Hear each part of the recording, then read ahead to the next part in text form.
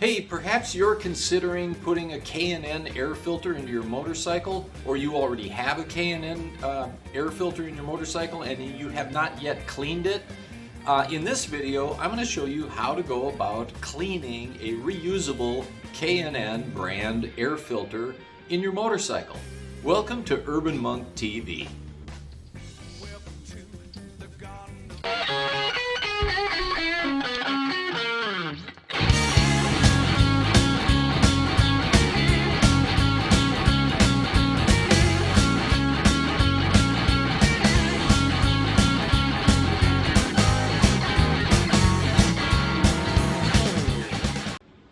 Okay, so people have different reasons for switching from a one-time use paper air filter element in their motorcycles. The number one is cost, right? You keep using the same filter over and over again, and it should reduce the amount of cost. The second thing is people tend to say things like air flows more easily through this, or it does a better job of filtration.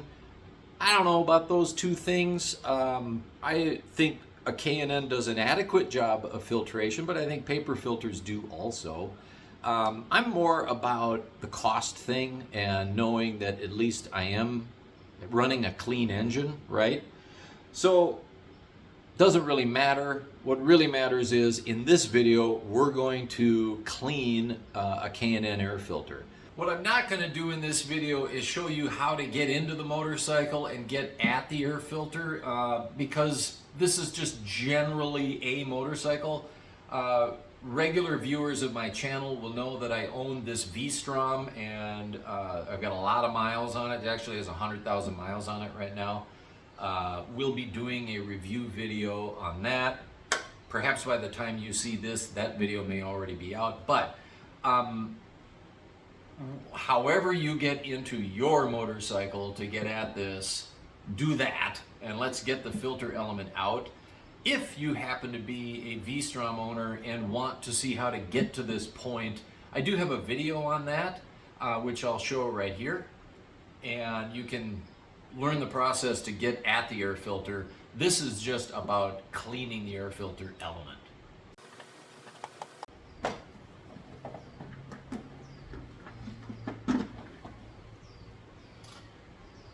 Pretty dirty. This is the dirty side, of course. Let's take a look at the other side.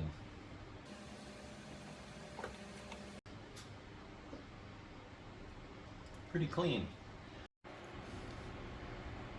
I can still see light through this thing, so obviously air was still flowing through it.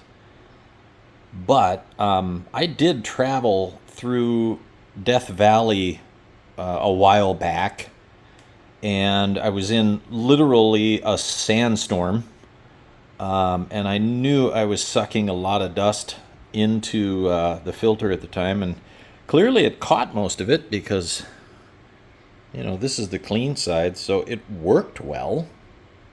Get yourself a shallow pan that's big enough to hold the filter, and you know, a bucket would be, a deep bucket might work, but it's a little easier to work in something shallow like this. I just get one of these cheap oil pans. I have two of these. One for jobs like this, another one for draining oil, and I never mix purposes. So this has never had oil in it. And get some warm water and some kind of dish detergent. This process I'm going to show does not use K&N brand cleaner. You don't need it, in my opinion. We're just going to use some dishwashing detergent, but I'll get some different one because this is all dried up. Here I got some better dishwashing detergent, so just some dish soap and I said warm water and rubber gloves because there's oils and chemicals in the lubricant or the air filter oil that we will spray on there later that aren't, you know, good for you. So we're going to have our hands in there. Let's protect our body. Let me let this get warm. Okay, now it's warm. I've also got a soft plastic bristle brush. I am not, repeat, not going to use this on the element itself. Only around the outsides here will I use this. Something like this would damage the cotton, call it element or filter media.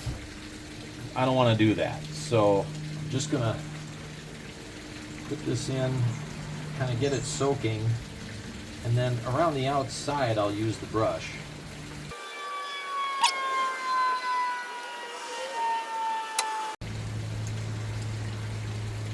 And I'm just going to let this soak for, like 10 minutes. Alright, it's been about 10 minutes. Just agitating, but not, getting real aggressive with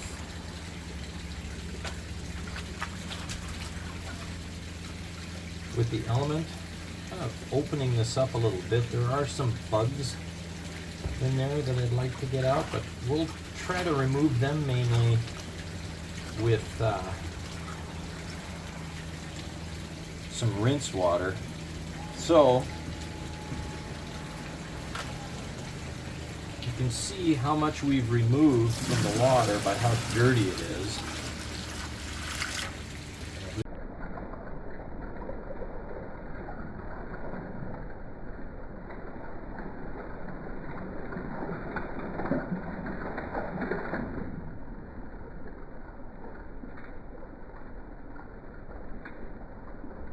There's a lot there.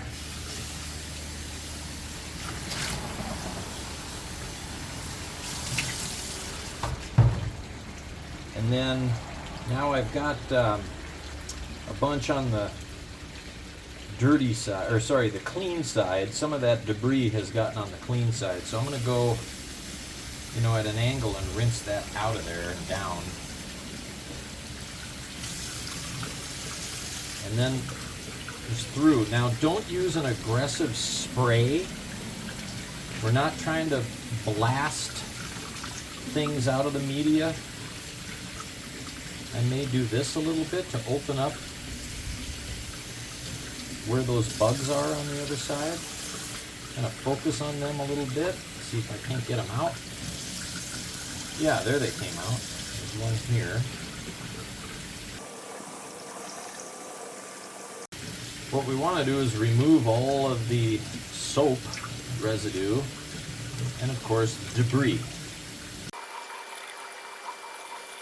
And also get a rinse through every square inch of the thing. So I'm kind of being a little random with it, as well as a little bit, what's the right word, guided, taking it in sections. It'll hold a lot of water. And now the last thing I'm going to do is I have to dry it out. So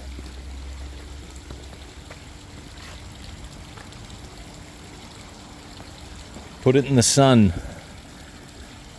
And it has to be completely dry. So, in bright sun like this will be dry in an hour. It's a bit of an arbitrary pick. I don't know how long it's going to take to dry. It has to be dry. If I didn't have direct sun like this, it would take longer, right? But the key here is get it dry. I'll also flip this over, at some point. And I will come back now after this is dry. So my K&N filter is dry now, and I have some foam filter oil. Of course, K&N has their own brand. Uni Foam Filter has their brand, which I have. Doesn't really matter, as long as it's either this kind of like a filter oil. I think there's a couple other brands, or I have had people recommend ATF, or automatic transmission fluid. Problem with this is you want it to be coating very evenly here, so you'd need like to brush it on or something and let it then soak throughout. whoops, the entire filter media, whereas with a spray, covering this evenly is a lot easier. So I'm going to use the spray because I have it. I wouldn't be opposed to using ATF, but I'd probably have to come up with some way to get it evenly distributed. So I'm just going to do both sides of this.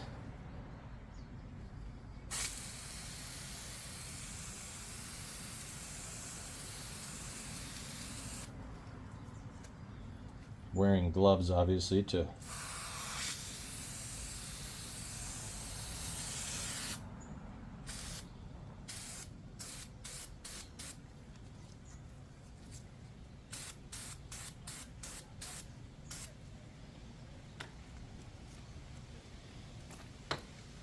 plenty saturated. Just gonna clean up the excess around the edges.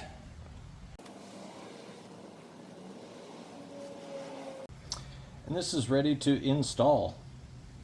The only other thing I would say about a K&N filter is if there's an arrow that shows a clear direction for the travel of airflow through this, follow that arrow. This particular filter does not have one anywhere. So the wisdom here is it really doesn't matter. You can mount it either way, but I'm going to stay consistent with the way that it was mounted before so that I'm not, you know, putting a new dirty side down, if that makes sense. And that's it. It's installed back in the bike, put the box back together. I've got a clean, freshly oiled, ready to go K&N air filter again. I would follow your manufacturer's instructions on the interval for changing that filter, as if you had a paper filter in it, I guess. Unless you know you've been in some really dusty, dirty situations like me and my sandstorm that I was riding into. Frankly, I probably should have cleaned it out shortly thereafter. I did go quite a ways beyond that, but hey, you know, the bike was still running pretty good, and we'll see. So, also, if you like motorcycling, check out my book, Creating Mr. Corton, the memoir of the build of my cafe racer. And if you like this channel, please click that like button and subscribe if you want to become an urban monk. Thanks for watching.